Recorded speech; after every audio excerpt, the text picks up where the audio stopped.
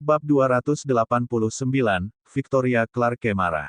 Namun, setelah apa yang terjadi pada Hailey terakhir kali, dia tidak peduli dengan manfaat yang akan dinikmati oleh keturunan Steles, seperti yang dijamin Jordan. Dia selalu menjadi wanita yang mandiri dan bangga.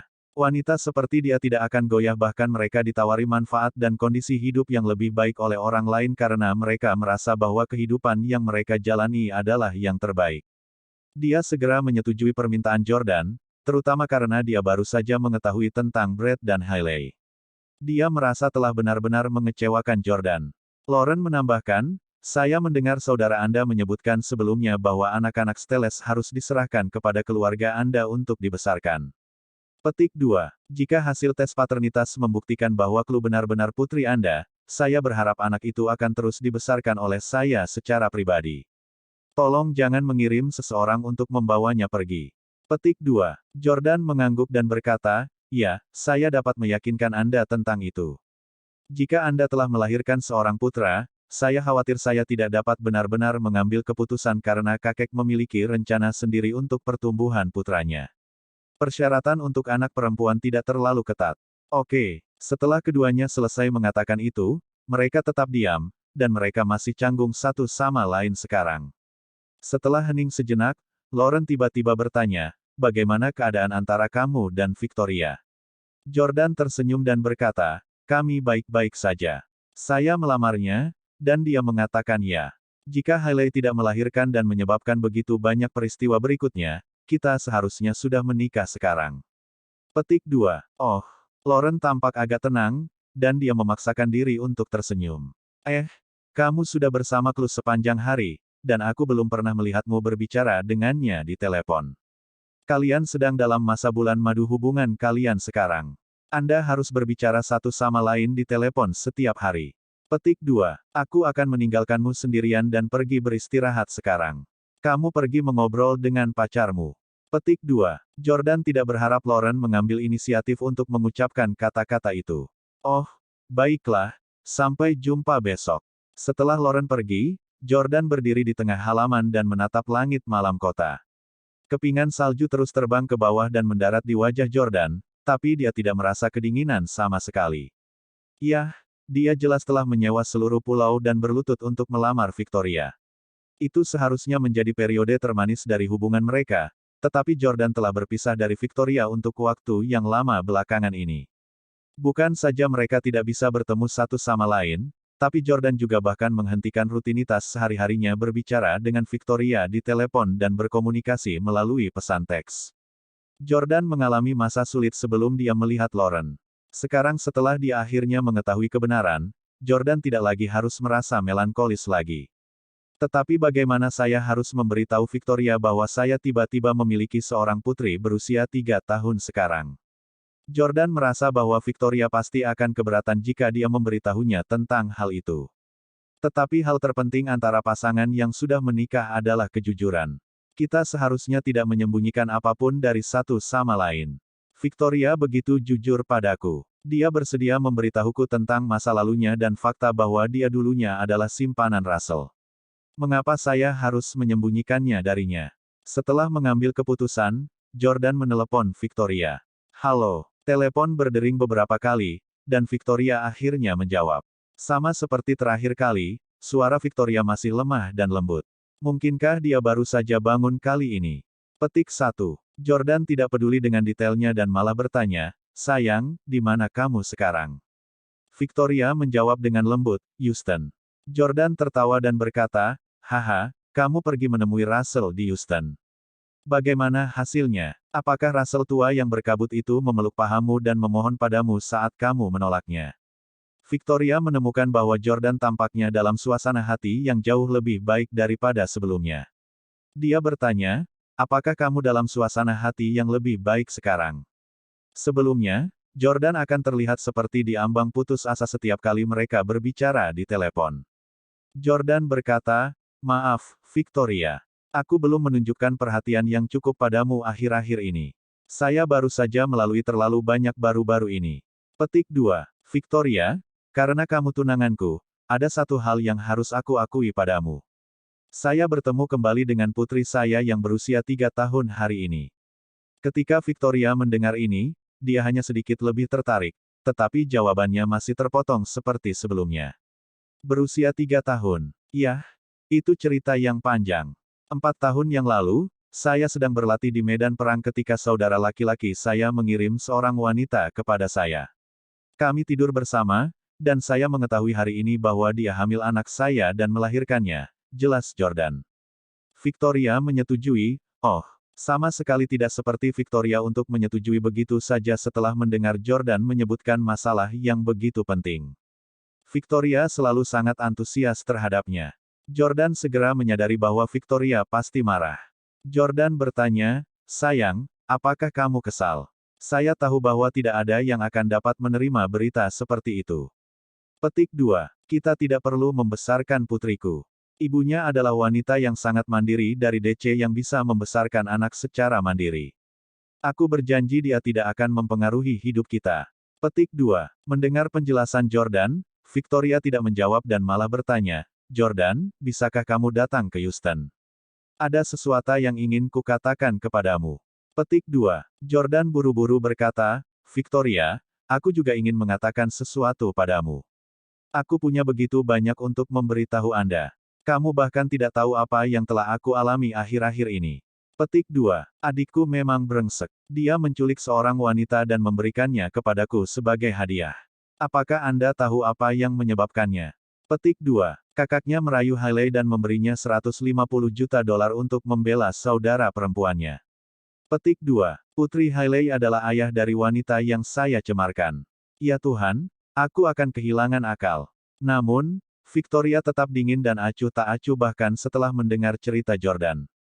Dia bertanya, kapan apakah kamu bebas untuk bertemu denganku? Jordan berkata, sayang, aku juga ingin berbicara denganmu secara langsung. Tapi aku benar-benar tidak bisa melakukannya sekarang. Saya akan melakukan tes paternitas dengan gadis kecil itu besok, dan itu akan memakan waktu setidaknya 1 minggu untuk hasilnya dirilis. Aku pasti akan bertemu denganmu dalam seminggu atau paling lama 10 hari. Oke, Victoria menutup telepon tanpa mengatakan apa-apa lagi.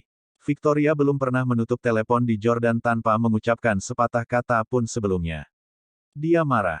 Dia pasti marah padaku. Jordan meletakkan tangannya di dahinya sambil menghela napas panjang. Jordan berpikir bahwa Victoria pasti kesal dengan semua masalah merepotkan yang dia alami akhir-akhir ini, sehingga dia tidak ingin berbicara dengannya. Wanita mana yang bisa menerima kenyataan bahwa tunangannya memiliki 2 anak yang lahir dari 2 wanita lain selain dirinya? Ah, maafkan aku, Victoria, ketika aku menyelesaikan masalah di sini, aku pasti akan menebusnya dengan menghabiskan lebih banyak waktu bersamamu. Petik 2. Jordan tidak punya pilihan. Dia benar-benar ingin menghabiskan lebih banyak waktu dengan putrinya sekarang. Bagaimanapun, dia telah absen dari hidupnya selama lebih dari 3 tahun. Terlebih lagi, Victoria selalu menjadi wanita yang murah hati dan pengertian. Jordan percaya bahwa dia tidak akan meminta putus dengannya karena masalah ini. Bab 290, Kencan Buta Mempelajari Kebenaran. Pukul 4:30 pagi keesokan harinya. Bintang bola basket hebat, Kobe Bryant, bangun setiap hari pukul 4 pagi untuk berlatih. Ada seorang pria di DC yang bangun jam 5 pagi hari ini dan tidak sempat menikmati indahnya pemandangan salju di halaman rumahnya. Setelah bangun, dia pergi ke gym di mansion untuk berolahraga. Dia tidak lain adalah Chris Heng, yang telah dipukuli Jordan hingga menjadi bubur kemarin. Mengerikan, mengerikan, mengerikan. Chris terus berteriak marah selama latihan kekuatannya. Dia masih marah meskipun telah dikalahkan oleh Jordan. Dia merasa kalah dari Jordan hanya karena dia meremehkannya. Dia yakin bahwa dia tidak akan kalah telak jika dia bisa melawan Jordan lagi. Setelah berlatih selama lebih dari 1 jam, Chris mandi dan pergi ke ruang tamu untuk sarapan. Pada saat ini, seorang pria pendek dan tampak cabul masuk. Chris melanjutkan makan steaknya dan berkata dengan dingin, informasi apa yang kamu dapatkan tentang bajingan yang selama ini kamu awasi? Ketika Chris meninggalkan rumah keluarga Howard kemarin, dia telah mengirim bawahannya, Rob, untuk tetap tinggal dan membuntuti Jordan. Rob melaporkan, anak itu menginap semalam di rumah Nona Howard setelah mengirimnya kembali kemarin. Apa? Chris sangat marah sehingga dia segera melemparkan pisau dan garpu di tangannya. Lauren adalah seorang wanita lajang. Jika tersiar kabar tentang seorang pria yang menginap di rumahnya, itu akan sangat buruk bagi reputasinya. Chris sangat marah. Karena dia ingin menikahinya di masa depan, tentu saja, dia peduli dengan reputasinya. Rob berkata, tepat. Dia mungkin hanya seorang sopir tapi dia tidak bisa membiarkan dia menginap. Nona Howard sangat cantik. Jika anak ini memiliki niat buruk di malam hari. Melihat betapa marahnya Chris, Rob tidak berani melanjutkan. Apakah kamu mencari tahu di mana Pang itu menginap tadi malam? Apakah dia berada di ruangan yang terpisah dari Lauren? Chris bertanya. Rob berkata, Tuan Hank, Anda harus tahu bahwa Tuan Brett Howard telah mengatur banyak penjaga rahasia di sekitar rumahnya untuk melindunginya. Kami tidak berani mengikutinya terlalu dekat atau menerbangkan drone kami.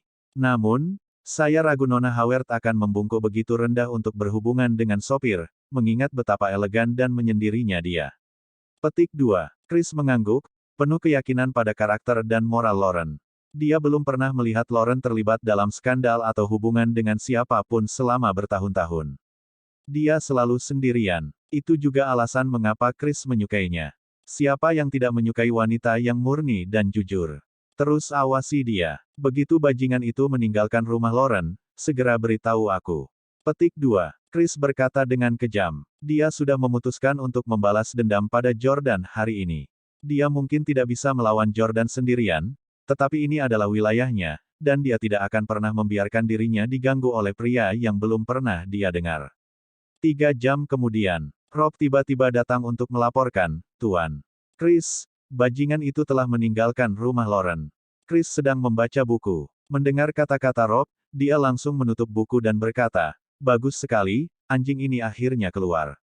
Aku akan mematahkan kakinya. Di mana dia sekarang? Namun, Chris berhenti selama beberapa detik sebelum berkata perlahan, dia mengantar Nona Howard dan Kluke. Petik 2. Di mana? Hei, kenapa kamu merinding dan mengomel? Berhenti membuatku tegang. Cepat. Chris berdiri dengan tidak sabar. Rob berkata, mereka bertiga telah pergi ke pusat tes ayah. Petik 2. Apa? Ketika Chris mendengar kata-kata, pusat tes paternitas, dia sangat ketakutan sehingga kakinya lemas di tempat. Dengan suara keras, dia kembali ke tempat duduknya. Hank, kau baik-baik saja? Rob bertanya dengan prihatin. Chris tercengang. Mengapa mereka berdua membawa Clue ke pusat tes ayah? Mungkinkah dia ayah Clue? Tanda tanya tanda seru petik 2. Selama bertahun-tahun, ayah kandung dari Putri Lauren telah menjadi misteri besar di kalangan kelas atas DC. Belum lagi orang luar seperti Chris, bahkan orang tua kandung Lauren pun tidak menyadarinya. Chris mengingat adegan Jordan memegang Clue di lengannya dan tertawa riang di samping. Dia tiba-tiba menyadari. Tidak heran kalau Pang bisa rukun dengan Lauren dan Clue begitu dia naik ke atas. Ternyata dia api lama Lauren dan ayah biologis Clue. Rob mengingatkan, Pak, Chris, bajingan itu mungkin bukan ayah biologis Clue. Kalau tidak, dia tidak perlu melakukan tes paternitas, kan? Ini hanya bisa berarti bahwa dia telah tidur dengan Nona Howard. Chris meninju meja, tidak dapat mentolerir kenyataan bahwa wanita yang dicintainya telah tidur dengan musuhnya dan bahkan melahirkan putrinya. Karena pria itu tidur dengan Lauren, mengapa dia tidak menikahinya? Ada begitu banyak pria di negara ini yang ingin menikahinya. Terlepas dari statusnya, keluarga Howard harus cocok dengannya bahkan jika dia adalah putra orang terkaya di negara ini atau pejabat tertentu. Petik 2. Chris berpikir bahwa masalahnya agak aneh. Jika ada yang memiliki kesempatan untuk menjatuhkan Lauren, mereka pasti akan memanfaatkan kesempatan itu untuk melamarnya. Mengingat status keluarga Howard di negara ini, seseorang akan menjadi dominan jika mereka menikahi seorang Howard. Rob terkekeh dan berkata, jika anak Pang itu benar-benar putra seorang pria kaya atau eksekutif senior dan telah merayunya dengan cara yang pantas, dia pasti sudah lama melamarnya. Petik 2. Chris merasa bahwa kata-kata Rob agak aneh, jadi dia bertanya, Rob, apakah kamu menemukan sesuatu? Rob dengan cepat membantah, tidak, saya hanya menebak-nebak. Petik 2. Bajingan. Chris membanting tangannya ke meja dan berteriak, anjing, kamu hidup dariku, dan kamu masih menyembunyikan sesuatu dariku. Katakan padaku apa yang kamu tahu.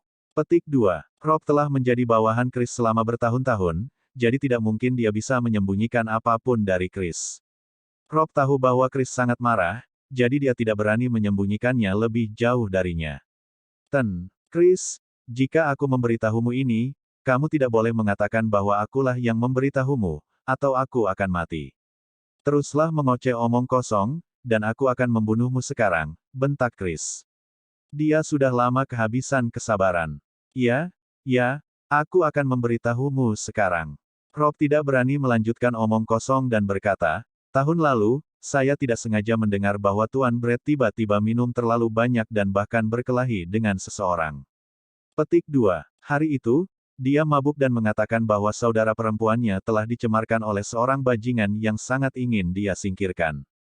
Chris langsung kaget mendengarnya. Apakah Brett benar-benar mengatakan itu? Rob mengangguk dan berseru, tentu saja. Chris terkejut. Lauren, wanita yang dia sukai, sebenarnya telah diperkosa oleh pria lain. Chris juga bingung. Jika Jordan, yang bertengkar dengannya kemarin, adalah bajingan yang memperkosa Lauren, mengapa Brett masih mempekerjakannya sebagai sopirnya? Rob berkata, Tuan Hank, Nona Howard terlihat sederhana, tetapi Tuhan tahu berapa banyak pria yang pernah tidur dengannya. Kalau tidak, bajingan itu tidak akan membawanya untuk tes paternitas. Apakah kamu tidak setuju? Chris, saya pikir Anda sebaiknya tidak pergi untuk wanita tidak senonoh seperti itu. Chris menamparkan wajah Rob dan mencaci maki, anjing, apakah kamu pantas berkomentar tentang Lauren seperti itu? Petik 2. Siapkan mobil. Aku akan segera pergi ke pusat tes paternitas. Bab 291, siapa Pang itu? Pusat tes paternitas. Setelah memarkir mobil, Jordan, Lauren, dan Chloe masuk ke dalam gedung. Karena dia takut bertemu kenalan, Lauren tidak pergi ke rumah sakit besar. Staf di pusat tes paternitas semuanya sangat berwibawa. Begitu mereka bertiga tiba, mereka melihat pasangan yang terlibat dalam pertengkaran, dengan beberapa anggota staf berusaha menghentikan perkelahian. Pria parubaya itu mengutuk wanita itu, pelacur, beraninya kamu membuatku selingkuh. Anak itu bukan milikku, dan kau menyembunyikannya dariku selama 8 tahun. Petik 2. Jelas, hasil tes menunjukkan bahwa dia bukan ayah biologis dari anaknya. Pasangan lain berjalan keluar. Pria itu mengejar wanita itu dan meminta maaf padanya sambil membuat ulah. Pria itu berkata, maafkan aku, sayang, aku seharusnya tidak meragukanmu. Wanita itu berkata, pergilah. Anda sebenarnya curiga bahwa anak kami bukan milik Anda. Beraninya kau mencurigaiku saat aku sangat mencintaimu. Ayo bercerai. Ada juga pasangan yang lebih muda di mana pria itu tampaknya masih di bawah umur. Pemuda itu berkata, haha, anak itu bukan milikku. Itu bukan urusanku. Wanita muda itu berlari mengejarnya dan berseru, bahkan jika bayi itu bukan milikmu, aku masih ingin bersamamu. Bagaimanapun, saya telah memutuskan bahwa Andalah orangnya. Petik 2. Pada titik ini, Jordan melihat berbagai emosi pria dan wanita di masyarakat. Dia tidak bisa tidak mengingat adegan dirinya kehilangan kesabaran di Hailey ketika dia mengetahui beberapa waktu lalu bahwa dia bukan ayah biologis dari salah satu saudara kembar Hailey. Ah, aku tidak menyangka akan kembali untuk tes paternitas secepat ini. Kali ini, Jordan tidak gugup sama sekali. Salah satu alasannya adalah dia tidak berpikir Lauren punya alasan untuk berbohong padanya. Lagi pula, jika Chloe bukan anak Jordan, itu akan lebih baik untuk hidupnya. Dia kemudian bisa berkonsentrasi untuk menemani Victoria dan tidak memikirkan Lauren dan Chloe. Begitu ketiganya masuk, seorang pria parubaya dengan ekspresi aneh menatap mereka bertiga. Pria parubaya itu berjalan mendekat. Ketika dia melihat Lauren, dia mengutuk, pelacur tak tahu malu. Petik 2. Jordan takut pria itu psikopat dan akan membahayakan Lauren dan Chloe. Karena itu, dia segera memblokir di depan Lauren dan memanggilnya. Tuan, tolong perhatikan kata-kata dan tindakanmu. Petik 2. Ketika pria parubaya itu melihat Jordan membela Lauren, dia menyerang Jordan lagi, kamu anjing. Jordan sangat marah. Apakah kamu tidak pernah dipukuli sebelumnya? Petik 2. Pria parubaya itu tampaknya tidak takut pada Jordan sama sekali, dan dia membentak, fakta bahwa kamu telah membawa istri dan anakmu ke sini untuk tes paternitas membuktikan bahwa istrimu berselingkuh saat itu. Itu membuatnya menyebalkan. Bukankah kamu seekor anjing kalau begitu? Petik 2. Ketika Chloe mendengar itu, dia juga marah. Jangan memarahi ayah dan ibuku. Petik 2. Pria parubaya itu menatap Clue yang menggemaskan. Dia berkata sambil tersenyum, gadis kecil, ibumu mungkin ibumu, tetapi ayahmu mungkin bukan ayah kandungmu. Petik 2. Ibumu sangat cantik. Dia pasti punya banyak pria di luar sana. Tuhan tahu siapa ayahmu. Hahaha. Jordan tidak bisa mentolerir kenyataan bahwa orang asing itu benar-benar menghina Lauren. Oleh karena itu, dia membuatnya pingsan dengan pukulan. Dia kemudian berteriak, keamanan, ada psikopat di sini. Cepat kirim dia ke rumah sakit jiwa. Petik 2. Jordan memegang tangan Clue dan berjalan ke depan dengan cepat. Merasa sangat sedih, Clue bertanya kepada Jordan, ayah, mengapa pria itu memarahi ibu? Dia jelas wanita terbaik di dunia. Jordan berkata kepada Clue, ibumu terlalu cantik, dan banyak pria menyukainya, tetapi mereka tidak bisa memenangkan hatinya. Itu sebabnya mereka cemburu dan menjelek-jelekkan ibumu. Ada banyak orang seperti itu di dunia. Clue, kau akan secantik ibu saat besar nanti. Kamu akan mengerti kalau begitu. Petik 2. Clue bertanya langsung, ayah, mengapa kamu tidak menikahinya setelah kamu mendapatkannya? Orang tua anak-anak lain semuanya sudah menikah. Maukah kamu menikah dengan ibu? Petik 2. Kata-katanya membuat Jordan kehilangan jawaban. Dia menatap Lauren dengan ekspresi canggung. Jordan hanya bisa membohongi Clue untuk saat ini. Ayah dan ibu menikah sebelum kamu lahir. Petik 2. Pembohong. Clue sepertinya tidak mempercayainya. Kalian berdua tidak memiliki foto pernikahan, tidak seperti nenek dan kakek, yang foto pernikahan mereka digantung di kamar mereka. Petik 2. Jordan terus berbohong padanya, iya. Kami hanya menyimpannya di lemari daripada menggantungnya. Aku ingin melihat fotonya saat kita kembali nanti, kata Clue. Oke. Jordan tidak punya pilihan selain setuju untuk saat ini. Melihat tatapan tak berdaya Jordan, Lauren tertawa dan berkata, im kecil ini sulit ditangani, ya. Petik 2. Jordan mengangguk dan berkata, 3 tahun ini sangat berat bagimu. Jordan menyadari bahwa mengawasi dan mendidik anak-anak adalah tugas yang berat. Setelah itu, mereka bertiga melanjutkan untuk melakukan tes paternitas. Segera, ketiganya meninggalkan pusat tes ayah dan berjalan ke tempat parkir. Jordan baru saja menyalakan mobil dan hendak keluar dari tempat parkir. Tiba-tiba, sebuah SUV mewah, Lincoln Navigator, menghalangi mobil Jordan. 2 orang keluar dari mobil.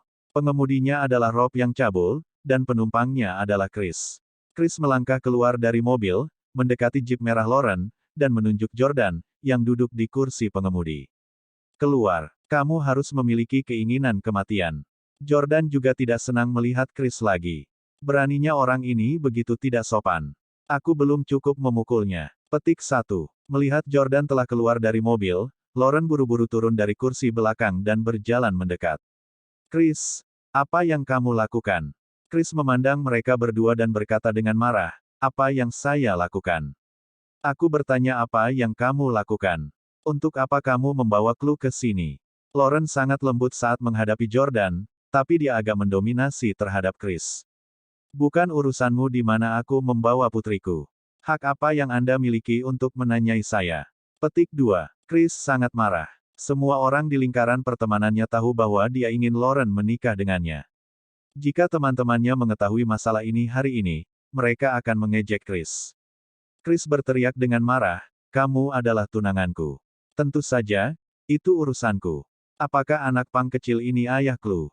Apa dia berselingkuh denganmu? Sebelum Jordan membuat ulah, Lauren lebih dulu mengangkat tangannya dan menamparkan Chris. Memukul. Lauren tampak lemah, tetapi dia kuat dalam hal memukul orang lain. Chris, saya ulangi saya tidak ada hubungannya dengan Anda. Bahkan jika orang tuaku menyetujui pernikahan kita, aku tidak akan menikahimu. Berhentilah menjadi delusi. Jordan juga marah. Dia telah memukuli Chris kemarin dengan harapan bahwa Chris akan berhenti mengganggu Lauren di masa depan. Namun, dia melihat Chris lagi hari ini. Jordan berjalan ke arah Chris dan berkata dengan nada mengancam, siapa yang kamu sebut pang? Ulangi dirimu sendiri. Petik 2. Bab 292, Kakek Lauren. Tatapan Jordan penuh ancaman saat dia mengepalkan tinjunya. Dia tidak keberatan mengajari Chris pelajaran lain. Chris menatap Jordan dengan marah. Pang, hanya ada 2 jenis orang yang berani berbicara denganku dengan nada seperti itu di DC. Jenis pertama adalah mereka yang lebih kuat dariku. Yang kedua adalah mereka yang memiliki keinginan mati. Kau jelas bukan tipe pertama. Jika saya tidak salah, Anda pasti memiliki catatan kriminal yang besar. Petik 2. Kamu pasti telah melakukan pembunuhan, perampokan, dan bahkan pemerkosaan. Chris sudah tahu bahwa Jordan bukan orang baik. Sebaiknya kau segera keluar dari DC dan kembali ke tempat asalmu, kalau tidak aku akan memastikan kau tidak akan pernah bisa meninggalkan DC. Petik 2. Chris mengancam Jordan. Jordan mencibir. Orang ini jelas telah dikalahkan. Namun, dia tidak akan mengakui bahwa saya lebih baik darinya. Dia bilang aku punya permintaan kematian. Petik 1. Dia memperlakukan saya sebagai penjahat dengan catatan buruk. Siapa yang akan dipenjara dalam waktu dekat? Jordan mencibir, tebakanmu benar, Chris Heng. Aku memang tidak takut mati. Karena kau tidak akan membiarkanku meninggalkan DC, aku akan membuatmu meninggalkan dunia ini. Jordan berkata dengan sinis dan tiba-tiba memasukkan tangan kanannya ke saku kirinya. Chris langsung kaget. Mereka semua sangat sensitif terhadap tindakan ini karena ketika seseorang melakukan ini, biasanya untuk mengambil pistol yang disembunyikan di saku dada. Jangan main-main. Mari kita bicarakan semuanya dengan tenang. Petik 2. Chris sangat ketakutan sehingga dia buru-buru mundur dan bahkan memohon bantuan. Yang mengejutkan, Jordan mengeluarkan sebungkus rokok dari saku mantelnya. Jordan mengeluarkan sebatang rokok dan memandang Chris, begitu ketakutan hingga dia menjadi pucat pasi. Dia berkata, saya hanya merokok. Lihat betapa takutnya kamu. Kamu tidak khawatir aku akan membakarmu sampai mati dengan korek api, kan? Anda. Chris sangat marah. Dia baru saja mengancam Jordan dengan nada suara yang sombong, tetapi dia sekarang memohon belas kasihan dengan cara yang menyedihkan. Lauren, wanita yang dicintainya, benar-benar menyaksikan tindakan yang memalukan itu. Pada saat ini, Lauren juga datang dan berkata, Chris, apakah kamu sudah cukup? Cepat dan bawa mobilmu pergi. Tentunya Anda tidak akan membuat saya menelepon kakek saya dan memintanya untuk membawa mobil Anda pergi, bukan? Petik 2. Chris ketakutan saat mendengar Lauren menyebut kakeknya.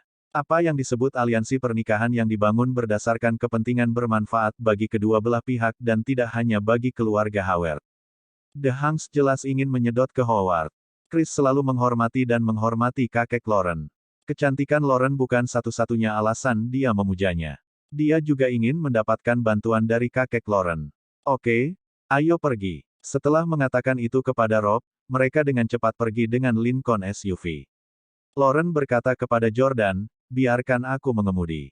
Petik 2. Oke. Jordan mengambil alih kemudi karena dia tidak ingin Lauren terlalu lelah. Namun, dia sepertinya mengalami masalah di mana-mana di sini.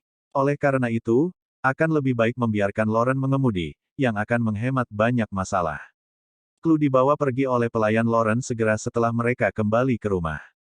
Di sisi lain, Lauren berdiri di pintu dan berkata kepada Jordan, Jordan, kamu tidak boleh tinggal lama di DC.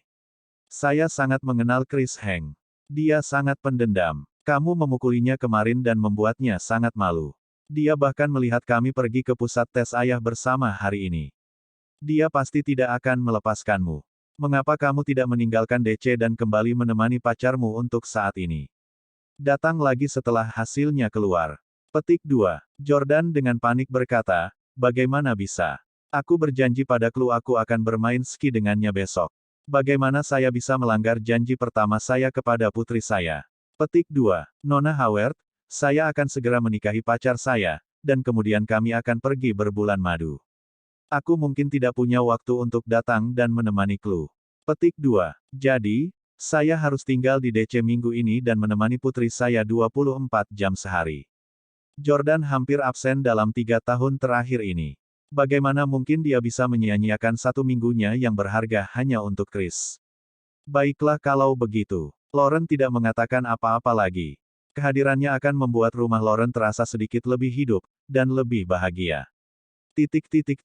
Setelah meninggalkan pusat tes ayah, Chris pergi ke bungalow terbaik di kota sendirian. Itu berbeda dari tempat Lauren tinggal. Tidak hanya memiliki lokasi yang sangat baik, tetapi juga dilengkapi dengan baik. Itu memiliki tata letak yang sangat megah yang akan mencerminkan status tinggi pemiliknya. Chris harus turun dari mobilnya cukup jauh dan berjalan mendekat. Chris tidak bisa begitu saja masuk sesuka hati ketika dia tiba di pintu masuk. Seorang penjaga pintu berpakaian sebagai pelayan datang untuk memberitahu Chris dengan dingin, "Tuan Heng, saya minta maaf, tapi Tuan tidak bisa menemui Anda hari ini." Meski mengetahui identitas Chris, dia tidak menurunkan harga dirinya. Sikap Chris juga berbeda dari sebelumnya. Alih-alih sikap sombong yang dia miliki ketika dia menyebut Jordan seekor anjing, nada suaranya lembut, dan dia bahkan berkata dengan tulus, "Tolong beritahu Tuan Howard Sir, bahwa saya benar-benar memiliki sesuatu yang sangat penting untuk dilaporkan kepadanya. Ini tentang Lauren. Biarkan dia masuk." Pada saat ini, suara keras seorang lelaki tua datang dari rumah di kejauhan. "Silahkan. Terima kasih." Chris melangkah melewati gerbang dan dengan cepat melintasi halaman besar dengan banyak tanaman dan bunga. Howard Sir. Tanda seru petik 2. Orang yang ditemui Chris hari ini tidak lain adalah kakek Lauren, Martin Howard. Martin berusia 70-an, tetapi dia masih energis seperti biasanya. Suhunya rendah, dan pemanasnya tidak cukup hangat. Namun, Martin hanya mengenakan kemeja putih tipis. Dia tidak menatap Chris dan malah memiliki papan catur di depannya. "Chris, kemari. Kami sudah lama tidak bermain catur. Temani saya untuk satu putaran," kata Martin. Chris sangat ingin melaporkan Lauren ke Martin. Dia jelas sedang tidak mood untuk bermain catur. Howard Sir, seperti yang Anda tahu, saya buruk dalam catur. Bagaimana mungkin aku bisa mengalahkanmu? Aku di sini untuk..." Martin sama sekali tidak mendengarkannya. Sebaliknya, dia bertanya, "Apakah kamu ingin hitam atau putih?" Chris tidak berani untuk tidak mematuhi Martin, jadi dia berkata, "Saya akan memiliki hitam." Petik 2. Chris dengan patuh bermain catur dengan Martin, tetapi karena fakta bahwa dia kurang terampil daripada Martin, dia tidak bermain dengan benar. Apalagi dia berniat untuk kalah dan mengakhirinya lebih awal. Segera, Martin meninggalkan Chris tanpa gerakan lain. Chris bertepuk tangan dan memuji, "Tuan Howard Sir, Anda benar-benar hebat. Saya tidak memiliki sarana pembalasan sama sekali." Petik 2. Martin berkata dengan sedikit kecewa, "Chris, kemampuan bermain caturmu telah menurun. Saya mengharapkan Anda untuk memainkan permainan catur yang membosankan dengan saya." Petik 2. Chris tidak tahu apa yang dimaksud Martin. Karena tidak tahan lagi, dia berkata, "Tuan Howard Sir, cucu Anda membawa orang asing ke pusat tes paternitas hari ini. Dia mungkin ayah biologis